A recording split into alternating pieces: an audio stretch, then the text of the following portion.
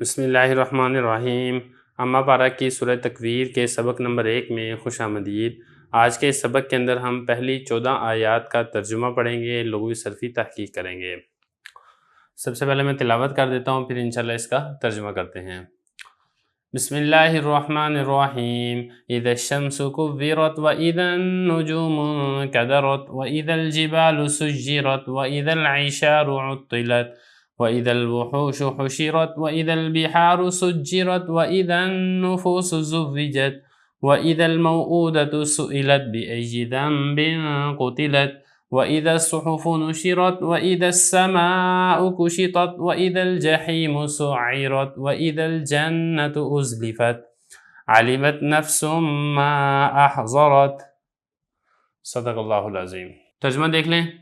جب سورج کو بے نور کر دیا جائے گا، اور جب ستارے ٹوٹ کر گریں گے، اور جب پہاڑوں کو چلایا جائے گا، اور جب 10 ماہ کی گابن اونٹنی کو آزاد چھوڑ دیا جائے گا، اور جب وحشی جانوروں کو جمع کیا جائے گا، اور جب سمندروں کو بھڑکا دیا جائے گا، اور جب لوگوں کو ملا دیا جائے گا، اور جب زندہ دفن کی ہوئی بچی سے سوال کیا جائے گا کس گناہ کی وجہ سے اس کو قتل کیا گیا، اور جب نامہ اعمال کو پھیلا دیا جائے گا، اور جب آسمان کو کھول دیا جائے گا، اور جب جہنم کو خوب بھڑکا دیا جائے گا، اور جب جنت کو قریب کر دیا جائے گا، ہر جی جان لے گا جو اس نے حاضر کیا۔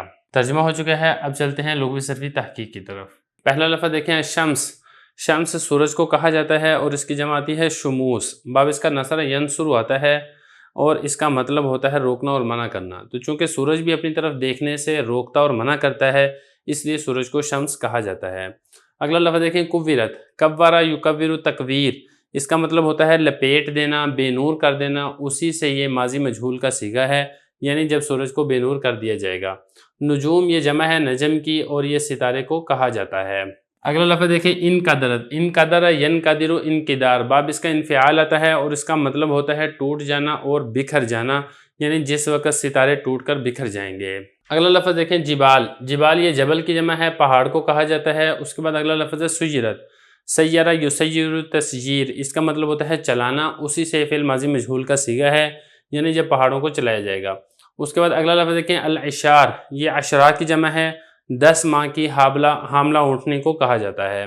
اس کے بعد آگے دیکھیں، عطلت۔ عطل یعطل تعطیل، چھٹیوں کو کہا جاتا ہے، اسی سے فعل ماضی مجہول کا صیغہ ہے۔ اگلا لفظ دیکھیں، وحوش۔ یہ وحشی کی جمع ہے، اور وحشی جانوروں کو کہا جاتا ہے، یعنی وہ جانور جو انسانوں سے مانوس نہیں ہوتے ہیں۔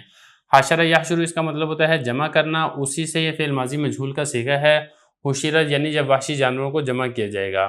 بحار، یہ بحر کی جمع ہے، سمندر کو کہا جاتا ہے، دریا کو کہا جاتا ہے۔ سجر یسجر تسجیر، اس کا مطلب ہوتا ہے بھڑکا دینا، خوب تیز آگ لگا دینا، اسی سے فعل ماضی مجہول کا صیغہ ہے۔ اس کے بعد اگلا لفظ دیکھیں، نفوس۔ یہ نفس کی جمع ہے، جی کو کہا جاتا ہے، انسانی ذات کو کہا جاتا ہے، انسانی نفس کو کہا جاتا ہے۔ زوج یزوج تزویج، اس کا مطلب ہوتا ہے ملانا، تو زوجہ کو بھی زوجہ اسی لیے کہا جاتا ہے کہ اس کا خاوند کے ساتھ ملاپ ہوتا ہے۔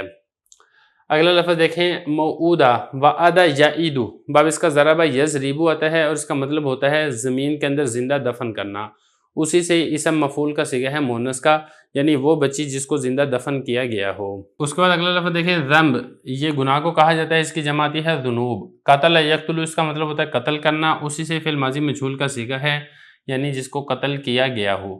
صحف، یہ صحیفہ کی جمع ہے، اعمال نامے کو کہا جاتا ہے۔ ناشر ینشر، اس کا مطلب ہوتا ہے پھیلانا، اسی سے فعل ماضی مجہول کا صیغہ ہے، یعنی جب اعمال ناموں کو پھیلایا جائے گا۔ اس کے بعد اگلا لفظ دیکھیں، اذا السماء کشطت۔ کاشت یکشط، کھال اتارنا، کھولنا، یہ اس کے معنی آتے ہیں، یعنی جب آسمان کی کھال اتاری جائے گی، فعل ماضی مجہول کا صیغہ ہے، مطلب یہ کہ آسمان کو کھولا جائے گا۔ اس کے بعد اگلا لفظ دیکھیں، سعرت۔ سعر یسعر تسعیر، اس کا مطلب ہوتا ہے آگ کا بھڑکانا، اسی سے فعل ماضی مجہول کا صیغہ ہے، یعنی جب آگ کو بھڑکایا جائے گا۔ ازلف یزلف ازلاف، باب اس کا افعال آتا ہے، اور اس کا مطلب ہوتا ہے قریب ہونا یا قریب کرنا، اسی سے فعل ماضی مجہول کا صیغہ ہے، یعنی جب جنت کو قریب کیا جائے گا۔ علم یعلم علما، اس کا مطلب ہوتا ہے جاننا، نفس پہلے آ چکا ہے۔ اس کے بعد اگلا لفظ دیکھیں، احضرت۔ احضر یحضر احضار، باب اس کا افعال آتا ہے، اور اس کا مطلب ہوتا ہے حاضر کرنا، یعنی جو انسان نے اعمال کیے ہوں گے انسان اس کو اپنے سامنے حاضر پائے گا۔